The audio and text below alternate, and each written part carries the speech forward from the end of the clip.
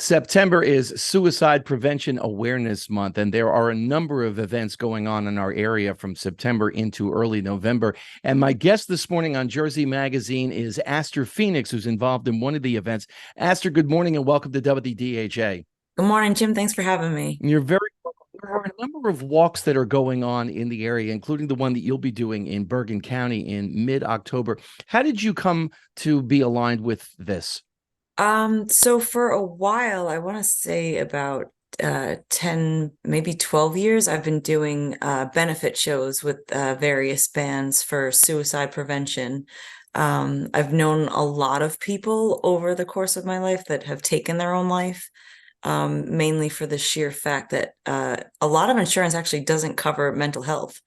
So even if you go to a therapist, you're either meeting a super high deductible or your copay super high because it's technically out of network. So people don't have the money or the resources to reach out, where these out of the darkness walks and these different suicide prevention walks, they raise money for it's like a free text line and a free call line. I know if you call 988, you could talk to somebody for free.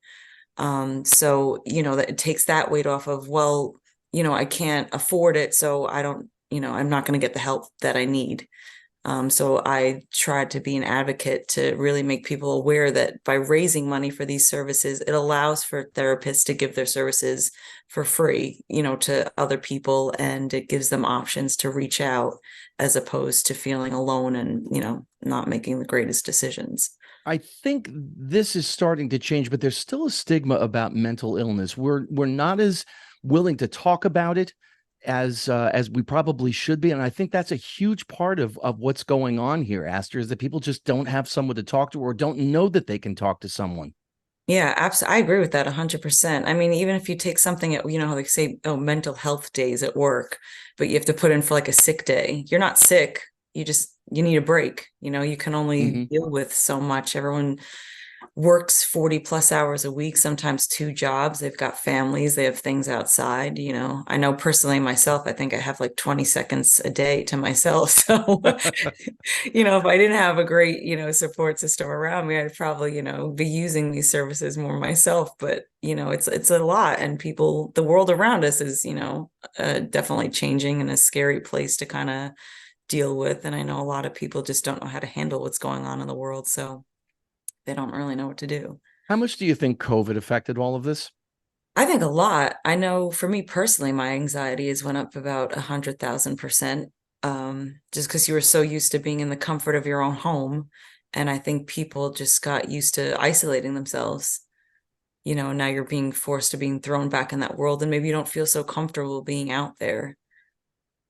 For me, as much as I, talk on the radio, when people meet me for the first time, they don't realize that I'm as much of an introvert Oh as, yeah, I as know. I I'm am. so So, shy. and I've seen you perform on stage, and you would never think that.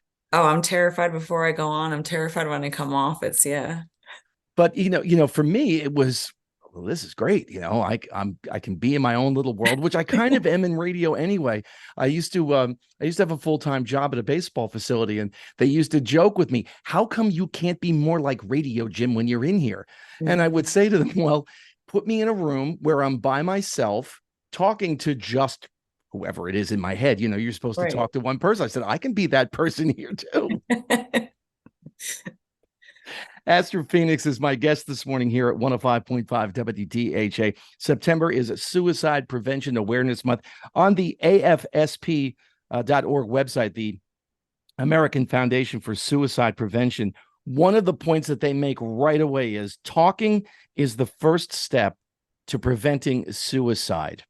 And again, we've kind of referred to this before, calling 988. I don't think people realize that when you get that deep into it, that you're considering taking your life, I think what part of the overwhelming thought is, no one's ever felt like this before, and I can't get out of this.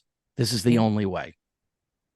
Yeah, it's a lonely feeling. I mean, I've been there, when I was a teenager, I definitely went through some stuff, and you just feel like no one understands. And especially when I was a teenager, which seems like forever ago, that was the worst feeling. Like nobody's gonna understand, what I'm feeling. And reality, I think 9 out of 10 people kind of have a thought in the back of their head, like, I mean, you wouldn't do anything about it, but I think a lot of people just have that isolated feeling just going through day-to-day stuff like, oh, I wish my job was better, or oh, I wish this was better, how can I fix this kind of thing? But when you're in those depths, it is scary, and sometimes you feel like, hey, nobody's gonna understand anyway, so why even bother?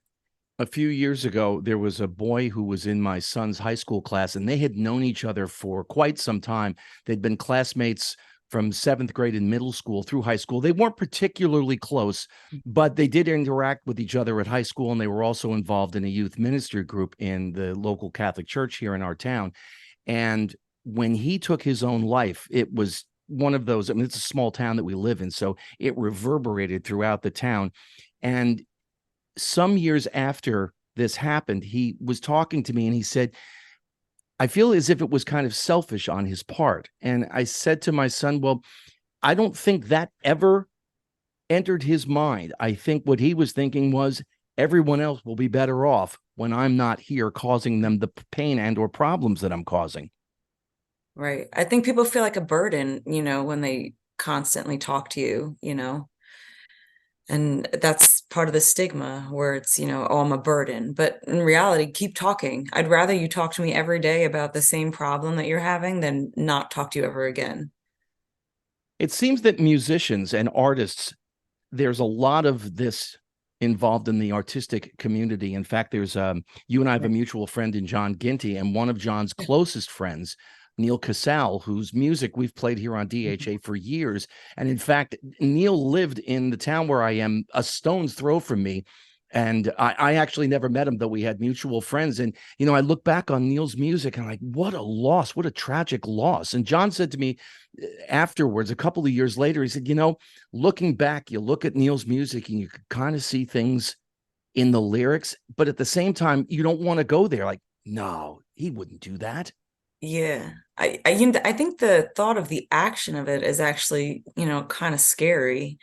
Even if you think of like Chester from Linkin Park, right? Mm-hmm. All of his songs were, he was basically telling you what he was going to do, but his wife said the day before he did it, he was hanging out laughing with his family. And I mean, you never know. I mean, I just lost a friend to suicide. Her 1 year anniversary actually just passed last week, and I spoke to her the day before she did it, and we were talking about her coming hanging out, and so like there was no telltale sign. Sometimes you just have no idea, and people are just so set on, I'm better off just not being here, and you really have no idea. Aster Pheonyx is my guest this morning here at 105.5 WDHA, September Suicide Prevention Awareness Month. And as we mentioned earlier in the interview, there are a number of events taking place September, October, and into early November. You're participating in one, in the Bergen County Walk on October 15th in Saddlebrook. Tell our listeners about that, Aster. Yeah, so it's a great cause. So you basically you can show up, they have a fundraising link, and then all of the money, the proceeds from the event go towards paying for the resources that people actually need. The phone lines, the therapists, the people that spread the word, the advocates that go down to the Senate and the state and try and get different laws passed, for insurance to kind of cover everything. So I think it's very important to get people aware, just, and to take the stigma away. Like, there should be no stigma around suicide and talking about depression and anxiety. People should be freely able to speak, hey, I'm not doing okay. Like, it's okay to not be okay. Mm-hmm. And people need to know that that's super important to be open about that.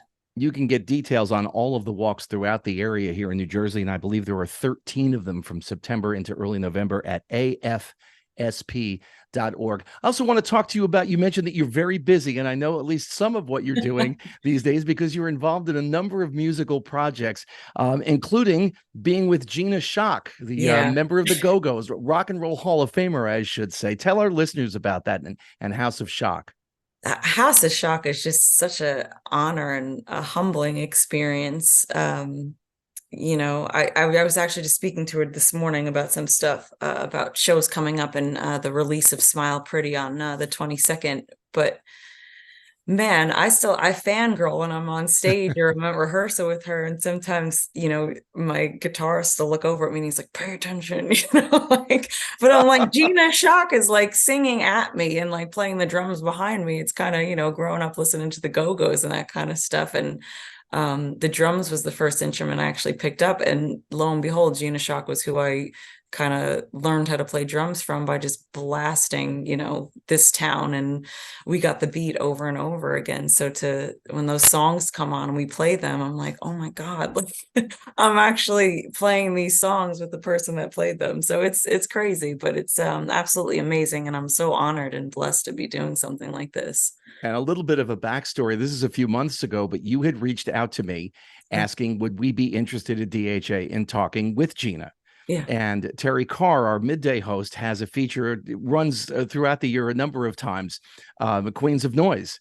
So I approached her and Terry said, "Are you kidding me? Yes, of course I want Gina Shock in here." So we had a great time. Gina, I think, has been a guest on the show a couple of times. Yeah, she's great. She's so down to earth. You never know, like, like, oh, Rock and Roll Hall of Fame drummer, like all these things that, on her resume. Like she'll sit down with you and just talk to you about, the weather, and, she's awesome. I have nothing but good things to say about her. She's just so cool and so humble. It's just an honor to work with her.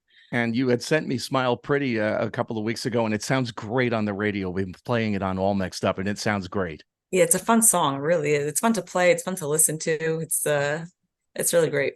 And one of your other projects, Perfectly Reckless, tell Yes. us about that.